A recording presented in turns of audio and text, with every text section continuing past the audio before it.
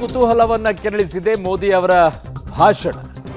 ರಾಜತಾಂತ್ರಿಕ surgical strike ಮುಂದುವರಿಕೆಯ ಬಗ್ಗೆ ಸ್ಪಷ್ಟನೆ ಕೊಡುವಂತಹ ಸಾಧ್ಯತೆ ಇದೆ. ಸಿಂಧು ನದಿ ಒಪ್ಪಂದ ನಿರ್ಬಂಧದ ವಿಚಾರದಲ್ಲಿ ಮಾತನಾಡುವಂತಹ ಸಾಧ್ಯತೆ ಇದೆ. ಆಮದು ರಫ್ತು ನಿರ್ಬಂಧದ ಬಗ್ಗೆಯೂ ಕೂಡ ಖಡಕ್ ಆಗಿರುವಂತಹ ಸಂದೇಶವನ್ನು ಕೊಡುವಂತಹ ನಿರೀಕ್ಷೆ ಇದೆ. ಪಾಕ್ ಜೊತೆಗೆ ಸಹಕಾರದ ಮಾತೇ ಇಲ್ಲ ಅನ್ನುವಂಥದ್ದನ್ನು ಹೇಳೋ ಸಾಧ್ಯತೆ ಕೂಡ ಇದೆ.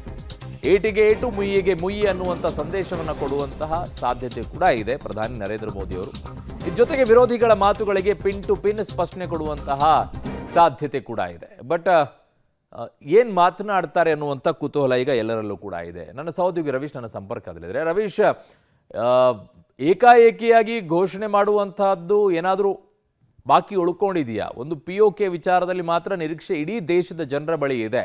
ಆ ನಿಟ್ಟಿನಲ್ಲಿ ಭಾರತ ಏನು ಹೆಜ್ಜೆ ಇಡುತ್ತೆ ಅನ್ನುವಂಥ ಕುತೂಹಲ ಬಹಳ ಇದೆ. ಆ ನಿಟ್ಟಿನಲ್ಲಿ ಘೋಷಣೆ ಒಬ್ಬರೇ ಮಾಡೋಕ್ಕೆ ಸಾಧ್ಯ ಆಗುತ್ತಾ? ಆ ನಿಟ್ಟಿನಲ್ಲಿ ದೇಶ ಎಲ್ಲವೂ ಕೂಡ ಚರ್ಚೆಯನ್ನು ಮಾಡಿಕೊಂಡು ಅರುಣ್, ಇಂಥ ಸನ್ನಿವೇಶದಲ್ಲಿ ಪಾಕಿಸ್ತಾನ ಜೊತೆ ಕೈ ಕುಲುಕೋದಾಗಲಿ ಯಾವುದೇ ರೀತಿಯ ಫ್ರೆಂಡ್ಶಿಪ್ಪನ್ನು ಮಾಡೋದಾಗಲಿ ಎಲ್ಲೂ ಕೂಡ ನಡೆಯೋದಿಲ್ಲ. ಅದು ದೂರದ ಮಾತು.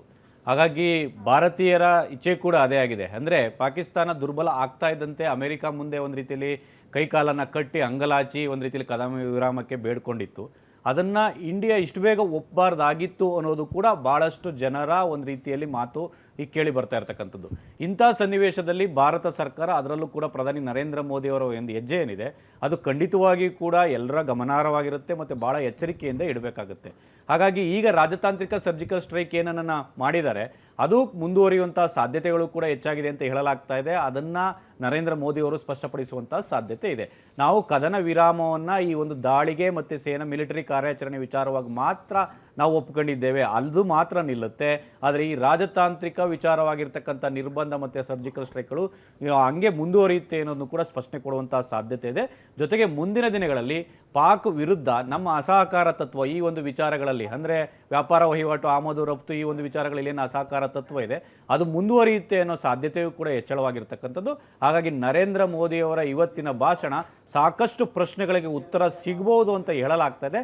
ಅದಕ್ಕೆ ಉತ್ತರವನ್ನು ಹೇಗೆ ಕೊಡ್ತಾರೆ ಕಾದು ನೋಡಬೇಕು ಅರುಣ್. ಓಕೆ ರವೀಶ್, ನಿಮ್ಮೆಲ್ಲ ಮಾಹಿತಿಗೆ ಧನ್ಯವಾದಗಳು.